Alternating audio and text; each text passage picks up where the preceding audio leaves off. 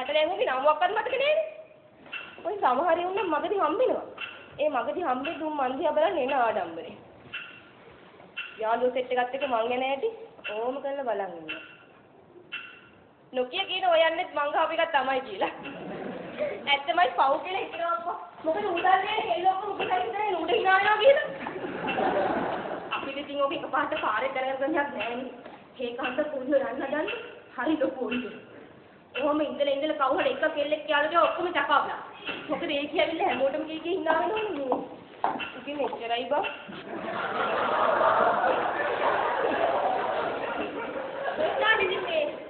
කොල්ල කියන්නේ මෙහෙමනේ.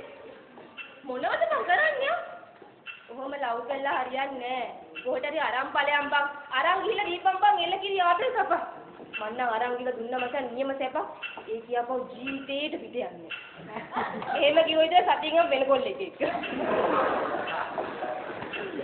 අක්කෝ කලින් දැනගන්න ක්‍රමයක් නෑනේ.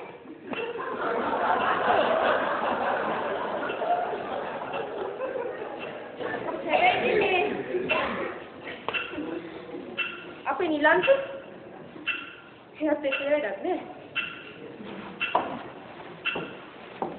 කොල්ලෝ කියන්නේ එහෙමයිනේ. හොඳට කෙල්ලොත් එක්ක යාළු වෙලා හොඳ ගුලියක් දාගෙන ඊට පස්සේ උන් හිතන්නේ මාරයි.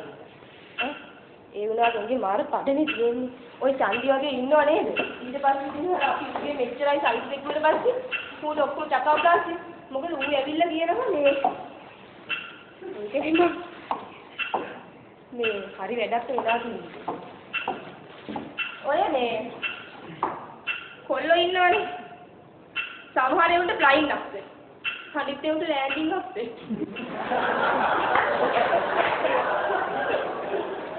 හැබැයි අපි මේ නිකන් පිටර වැඩක් නේ. හොඳට දඟලලා කරනවා වැඩේ නා කරනවා. ඊය හිතේ මාර ගේමක් දුන්න කියලා. මගෙන් අහනවා අමාරුද පැටියෝ? කැලණි පාරේදී කොල්ලෙල්ලා ගියා වගේ.